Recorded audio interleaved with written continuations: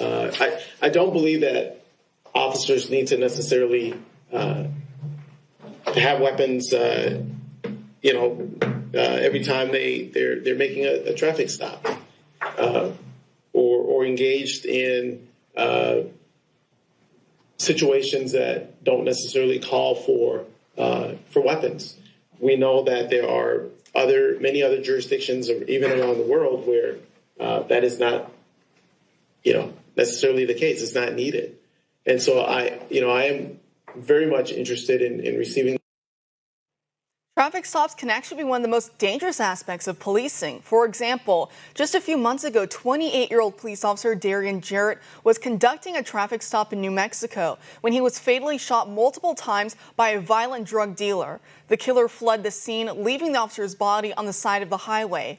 Officer Jarrett leaves behind 3 young children and a pregnant partner. With me now to discuss is senior editor at conservativebrief.com, Carmine Sabia. Welcome back, Carmine. So great to be here. So what is your reaction to the charges that have been brought against former officer Kim Potter? Unbelievable. Unbelievable. I don't see any way you're going to get a conviction. We're getting to a part in this country where, and I hate to say it, but nobody else wants to say it, where you just can't arrest a black person. If they decide they don't want to be arrested, they can get in their car and leave. They can run. They can do whatever. You can't do anything about it. That's how far this is going. And when you talk about not having weapons when you have a traffic stop, you're going to have a slaughter of dead cops from coast to coast. Just yesterday, 3 Georgia cops were shot on a routine traffic stop that turned into a chase. 3 cops were shot. You just mentioned the other officer that was murdered, and the list can go on and on at these traffic stops. There's nothing routine. You're going to have unarmed officers, and you want somebody like, no offense, but George Floyd or Dante Wright, when they know this person's not armed, they're not listening to them now. Imagine if you have no weapons. Forget it. You're basically a crossing guard. And do you think maybe the reason why we're seeing a lot of these show trials being brought against, now here in Brooklyn Center against Officer Potter, what we see going on right now with Officer Chauvin in the George Floyd situation, and then we can go back to Darren Wilson when it came to Ferguson, what we saw in Baltimore, all the cities have been burning really over this past decade. We talk about 2020, but at this point, it's really been more like a decade of our cities burning. Do you think a lot of these show trials are being done because prosecutors are bringing charges that they know, a lot of these more activist prosecutors, I should say, are bringing charges that they know they can't exactly get a conviction on, and then therefore they can look to their activists and say, look, there's no justice in this country. We need to burn down the streets, and we need to, as Obama used to say, fundamentally transform the country. Do you think that's kind of why we're seeing some of these show trials being brought, or is it just because of pressure from BLM? It's both. Listen, prosecutor is an elected position, so depending on who your constituents are, it's not about justice. You're going to placate them. It's about, all right, we charge her, please stop burning the city. These are terrorist tactics. This is actual terrorism. We're going to burn this city till you give us what you want. And God forbid, if Chauvin walks at this trial, that city's going to burn, and cities coast to coast are going to burn. It's not just going to be Minneapolis. They will burn New York, Los Angeles, Chicago. They're going to burn. And nobody wants to talk. Nobody wants to talk about the actual problem, because if you talk about the actual problem, you're a racist. But there is a culture, and it's not, again, I'm not painting with a broad brush. It's a small culture, but there is a sect of people, and they're black and they're white and they're all kinds of colors. There's a sect of people who are raised in the inner city who believe they just don't have to listen to authority. They can just defy arrest. They could just, when I was raised, the worst thing that could have happened to me if I resisted or I had a problem with a cop, forget about him getting me or arrested. Take me back to my mom. That would have been the worst thing you could have did. I would have been like, yo, bring me to jail, please. You know what I'm saying? So there's a breakdown in the home. Kids are being raised by music videos and movies where this Grand Theft Auto, where this stuff is not real. And fighting the cops is some kind of badge of honor. And what makes it worse is these CNN, night one, had declared this woman Potter guilty of murder. Okay?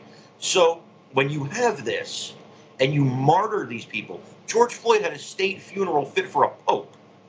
Okay? This is a violent criminal. Now, Listen, whatever you think of what happened, I don't believe anybody should have their knee on somebody's neck for 9 minutes and 29 seconds.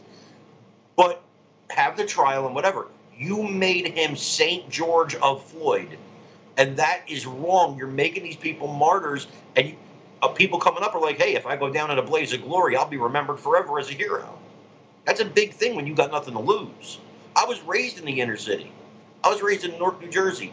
I've seen this firsthand. I'm not speaking as somebody who's watching this on TV. I saw this with my own eyes in my life. So I know the mentality.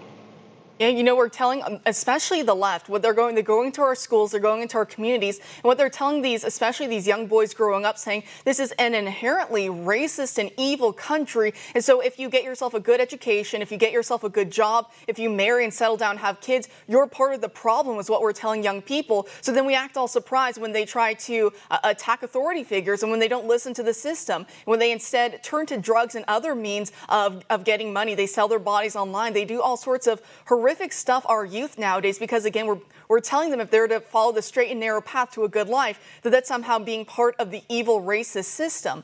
And then when we look at, for example, as you were mentioning with the Brooklyn Center mayor, and you were saying that cops don't need guns, if they go on a traffic stop, which we can go down the list, as you were mentioning, on cops who have been killed during such traffic stops by armed suspects. When we look at it, does it kind of remind you of Democrats, for example, or gun control activists, the very same people who still think that AR stands for assault rifle, and they're going to be the ones dictating to us, to law-abiding citizens who own guns and to those who are gun enthusiasts, telling us how we should use our weapons. Well, yeah, you can't have weapons, and then you have Rashida Tlaib. Did you see the tweet from Rashida Tlaib? This was the most, I don't want to say the word, but it was the most crazy thing I've ever seen. This is a United States elected representative. We have to end policing and incarceration. Really? Okay, we'll put the rapists and murderers in your house. Where do you want to put them if you don't have incarceration? What do you put? You can't take our guns then. Give us the guns. We'll have the Wild West. We'll have trials in the middle of the street. What do you want? This is the most fair country for criminal justice on the face of the earth. On the face of the earth. You will get a fair shake. But the real truth, the real numbers are not put out there. And so there's this, like you're saying, when you teach kids very young, hey, listen, if you're black, if you're Hispanic, the deck is stacked against you, so don't even bother trying. That's a hopeless feeling for a kid. You are sucking the future away from these children. Instead of telling them all the great accomplishments of black people through history that have contributed to this country, black founding fathers that we had, teach them that. And don't just teach them that in February. Teach them all year and let them know, hey, look, you can do whatever you want to do. This is America. We had a black president of the United States. You can do whatever you want to do. But no, they teach them hope and despair. And why? Two reasons. Number one, I'm sorry to say, no matter what Chris Cuomo said last night, they're police porn peddlers in the media. They love this stuff. And this is ratings for them, okay? And the Democrat Party, they need you to be a victim for you to vote for them. Because people who don't need government help are not going to vote Democrat. They need you to be... Listen, Donald Trump was right. You've been voting Democrat for 50 years and you ain't moved an inch. You're still voting Democrat. What? Because they don't want you to move an inch. Because you'll stop voting for them. When you start seeing the taxes coming out of your paycheck to pay for $2 trillion in infrastructure, is about $10 worth of it that is infrastructure. Okay, you're going to be like, hey, whoa, what's going on here? But if you're not paying taxes, well, then it's not a big deal to you. It's just coming from us. So who cares? Spend it however you want. I'm going to have to leave it there for tonight. Thank you so much for joining us. Thank you. God bless.